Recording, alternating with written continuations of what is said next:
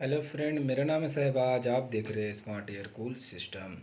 तो फ्रेंड, आज के वीडियो में हम लोग जानेंगे 2 टन का जो स्प्लिट एसी होता है जिसमें कॉन्ट्रैक्टर का यूज़ किया जाता है। चाहे वो स्प्लिट हो, चाहे वो विंडो हो, या चाहे 2 टन से बड़े एसी हो जिसमें कॉन्ट्रैक्टर यूज़ किया जाता है, जैसे कि कैसेट एसी हो गया। बहुत सारी यूनिट होता है जिसमें कॉन्ट्रैक्टर यूज़ किया जाता है। टावर एसी हो गया। तो आज उसके वायरिंग के बारे में जानेंगे कि हम लोग 2 टन का जिसमें कॉन्ट्रैक्टर यूज़ होता है, 2 टन छोड़ दीजिए, जिसमें कॉन्ट्रैक्टर यूज़ होता है उसमें हम लोग कॉन्ट्रैक्टर का वायरिंग कैसे करेंगे।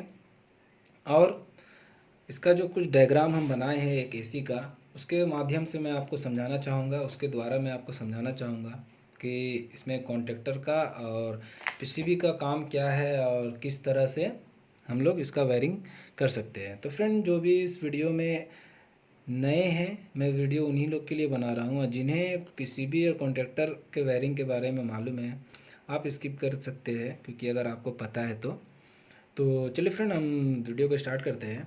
तो सबसे पहले हम लोग को पीसीबी को समझना पड़ेगा। पीसीबी समझने के लिए, क्योंकि जब तक हम लोग पीसीबी को नहीं समझेंगे कि पीसीबी से कौन सा वायर का क्या काम है, कौन सा वायर में न्यूट्रल आता है, किस में लाइन आता है, जब तक इसको हम लोग समझेंगे नहीं तब तक हम लोग इसका वायरिंग नहीं कर पाएंगे। तो सबसे पहले हम लोग स्टार्टिंग करते हैं इंडोर पीसीबी से।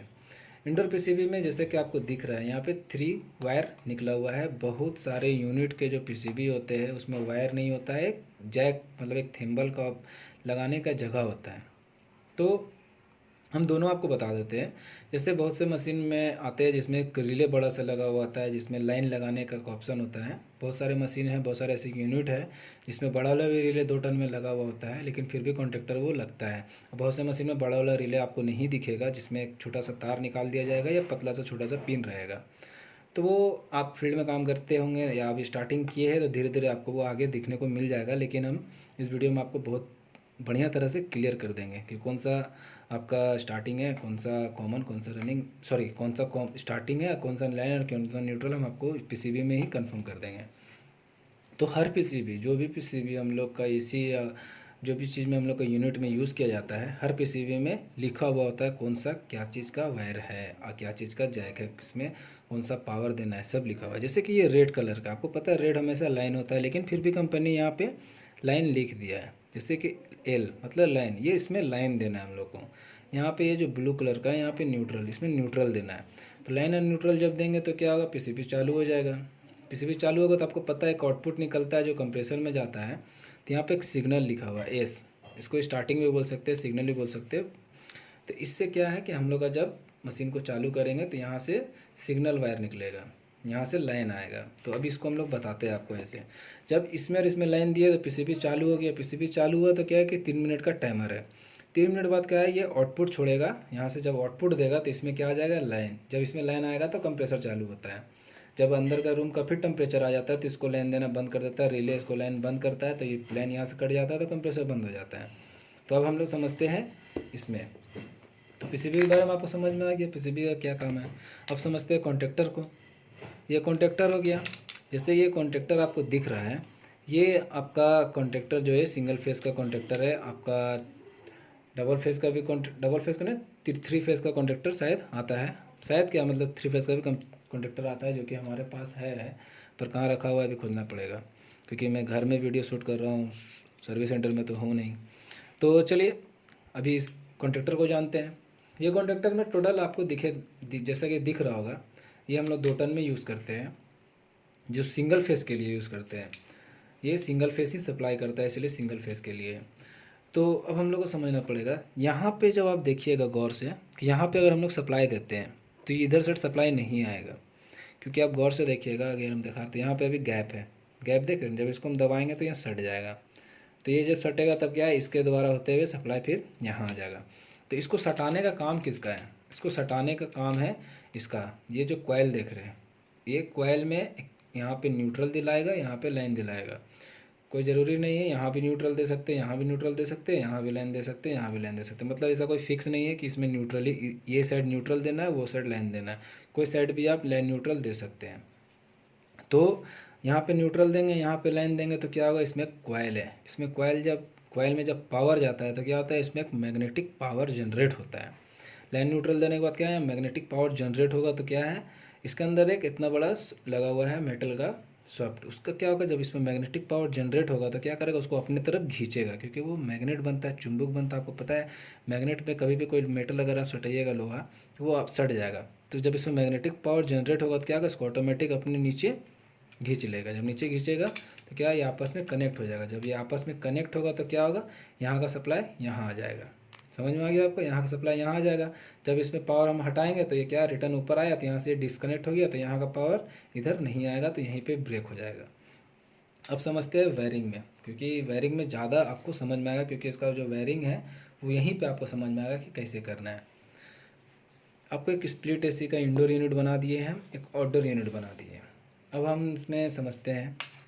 मान लीजिए यहाँ से सप्लाई आपका जो आता है, जो इंडोर यूनिट में पीसीबी में जो लगता है, तो आपको पता होगा एक न्यूट्रल यहाँ ऐसे घुस के यहाँ लग जाता है और लाइन घुस के यहाँ लग जाता है। मतलब ऐसे लाइन न्यूट्रल पीसीबी में चल जाता है। यहाँ पे आपका जो निकला हुआ है सप्लाई वायर, यहाँ से लाइन और न्यूट्रल है, इसको हम लोग प्लग में लगा दिए। 16 एम्पियर का जो प्लग या एमसीबी जो भी है, इसमें लगा के मशीन को कर दिए चालू।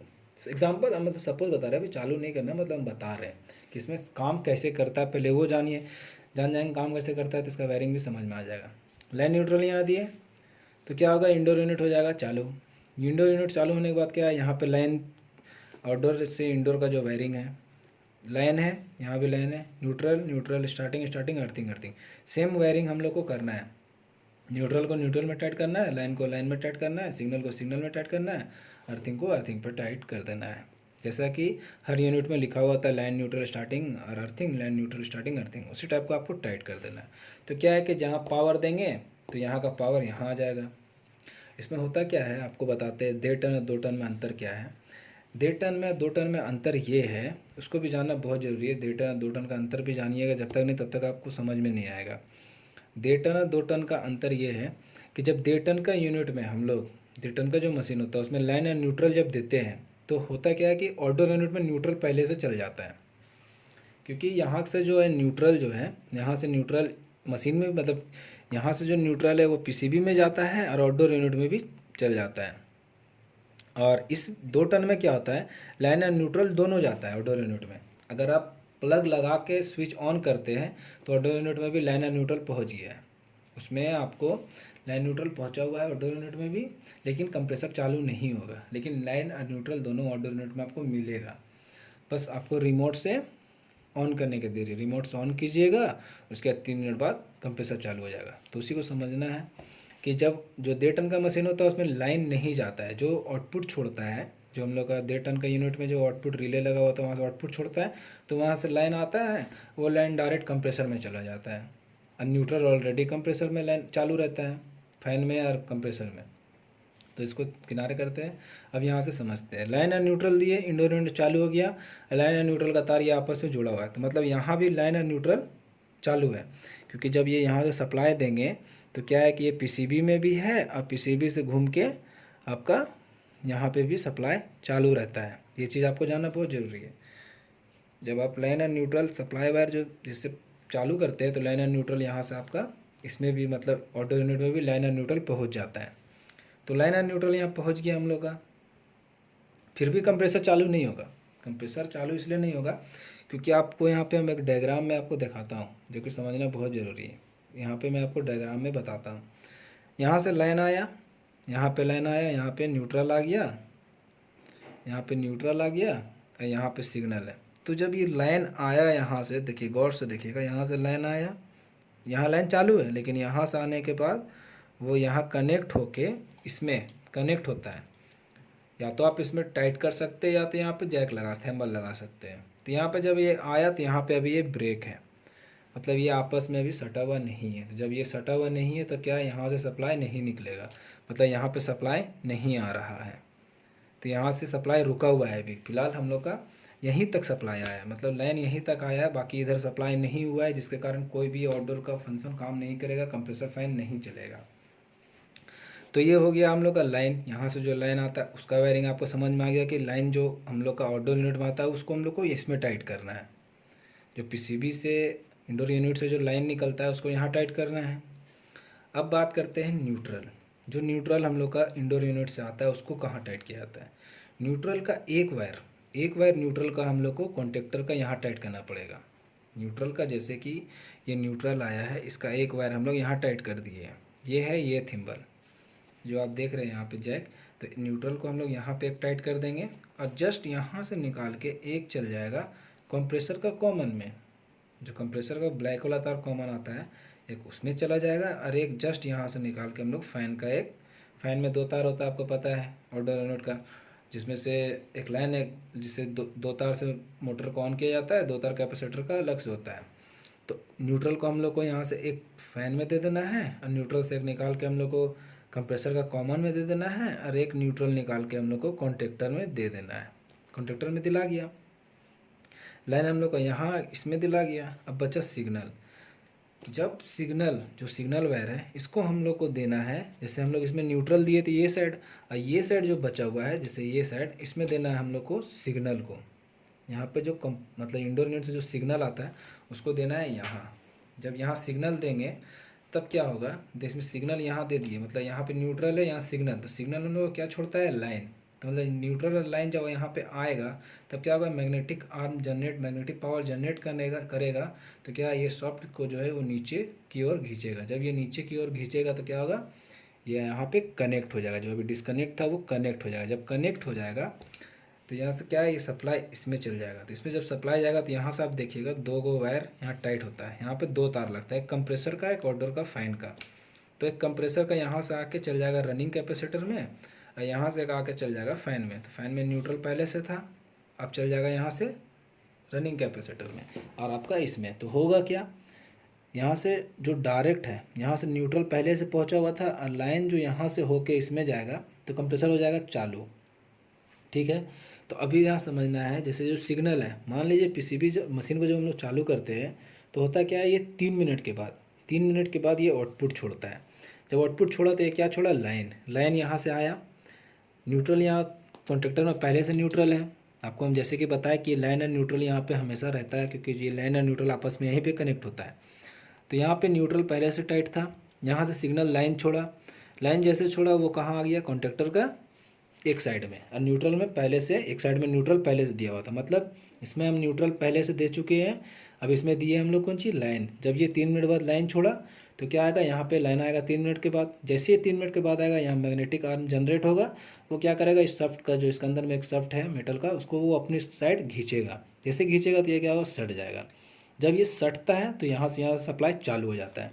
जैसे कि अभी मान लीजिए हम लोग का जो इंडोर है वो सिग्नल छोड़ दिया, अब क्या है, यहाँ से जो सिग्नल छोड़ा, यहाँ मैग्नेटिक आर्म जनरेट हुआ। अब क्या है, ये आपस में गया सट, आपस में सट गया। आपस में सटने के बाद क्या होगा, यहाँ से जो लाइन ब्रेक था, अब वो लाइन कहाँ चल गया, कंप्रेसर में और आउटडोर फैन में लाइन पहुँच गया। न्यूट्रल पहले से पहुँचा हुआ ही था इन लोग में। अब जब लाइन और न्यूट्रल कंप्रेसर को और फैन को मिलेगा तो क्या होगा, वो हो जाएगा चालू।